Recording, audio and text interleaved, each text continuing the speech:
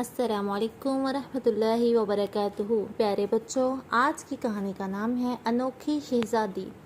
پیارے بچوں، آپ نے شہزادوں اور شہزادیوں کی بہت سی کہانیاں سنی ہوں گی۔ ان کے محلات، زیورات، طرح طرح کے کپڑوں اور کھانوں کا سن کر ایسا لگتا ہے کہ وہ کسی اور ہی دنیا کے لوگ ہیں۔ لیکن آج ہم آپ کو ایک انوکھی شہزادی کی کہانی سناتے ہیں۔ شہزادی اپنے گھر میں سب سے چھوٹی تھی، سب کی پیاری، سب کی لاڈلی، لیکن پیار نے نہ اس کو بدتمیز بنایا اور نہ ہی ضدی۔ شہزادی کو اپنے ابو سے بہت محبت تھی۔ وہ شکل اور انداز میں بالکل اپنے ابو سے ملتی جلتی تھی۔ اگر اس کے ابو پریشان ہوتے تو وہ بھی پریشان ہو جاتی، اگر کوئی اس کے ابو کو ستاتا تو وہ اداس ہو جاتی۔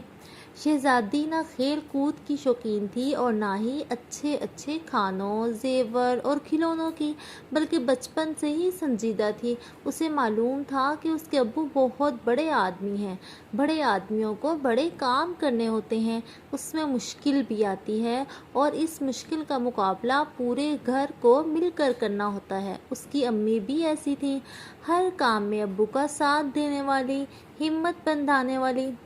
ایک بار دشمنوں نے شہزادی اور اس کے سارے خاندان کو ایک گھاٹی میں بند کر دیا۔ وہاں کھانا پانی کچھ بھی نہ تھا۔ شہزادی نے اپنے گھر اور خاندان والوں کے ساتھ پتے ابال ابال کر کھائے اور گزارا کیا۔ کچھ عرصے بعد اللہ تعالیٰ نے شہزادی اور اس کے گھر والوں کو اس مشکل سے نجات دی۔ تھوڑے ہی دن گزرے تھے کہ شہزادی کی امی کا انتقال ہو گیا۔ شہزادی بہت اداس ہو گئی۔ دشمن اب اس کے ابو کو اور بھی ستانے لگے۔ تنگ آ کر ایک روز انہوں نے اپنا گھر چھوڑ دیا اور سب کے سب دوسری جگہ جا کر رہنے لگے۔ یہاں حالات اچھے تھے، اب شہزادی بھی بڑی ہو گئی تھی۔ شہزادی کے ابو نے اس کی شادی ایک ایسے نوجوان سے کی جو بہت بہادر اور عقل مند تھا، لیکن نہ اس کے پاس پیسے تھے نہ ہی اچھا گھر۔ شہزادی کے شوہر محنت مزدوری کر کے کماتے تھے تو بڑی مشکل سے کھانے پینے کا انتظام ہوتا۔ شہزادی کے ابو نے اسے سمجھا دیا تھا کہ میں نے تمہاری شادی اپنے خاندان کے سب سے اچھے آدمی سے کی ہے، اس لیے مال و دولت کی فکر نہ کرنا۔ شہزادی نے اپنے ابو کی بات کو یاد رکھا۔ وہ صبر اور شکر سے گزارا کرتی رہی۔ گھر میں ایک چمڑے کا تکیہ تھا جس میں کھجور کی چھال بھری تھی، پانی کا ایک مشکیزہ تھا اور ایک چادر جس کو سوتے وقت آدھی نیچے اور آدھی اوپر اوڑھ لیتے۔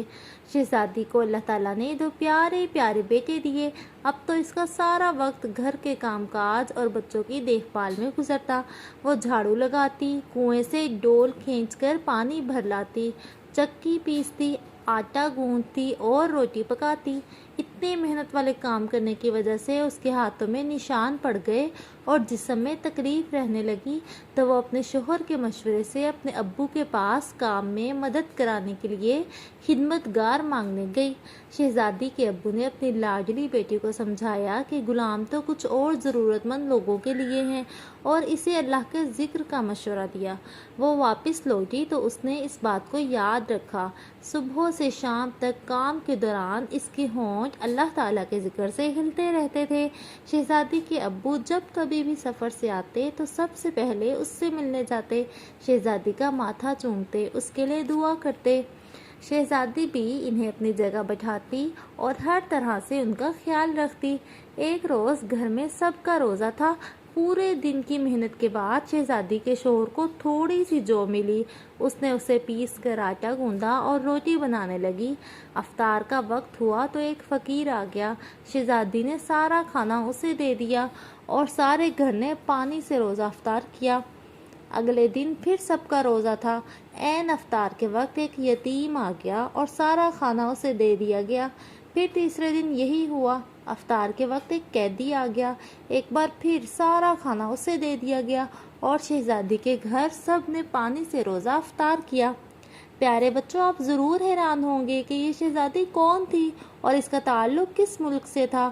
ہم آپ کو بتاتے ہیں۔ یہ انوکھی شہزادی دنیا کی عام شہزادی نہ تھی، بلکہ یہ ہمارے پیارے نبی محمد صلی اللہ علیہ وسلم کی لاڈلی بیٹی فاطمہ تھی۔ فاطمہ رضی اللہ تعالی عنہا صرف اس دنیا ہی کی شہزادی نہ تھی بلکہ اگلی دنیا کی بھی شہزادی ہیں۔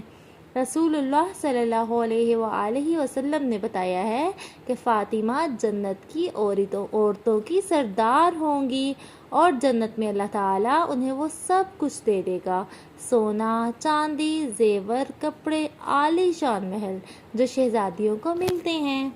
پیارے بچوں، آپ کو یہ کہانی کیسی لگی ضرور بتائیے گا، اور اگر اچھی لگی تو لائک، شیئر اور سبسکرائب کیجیے گا۔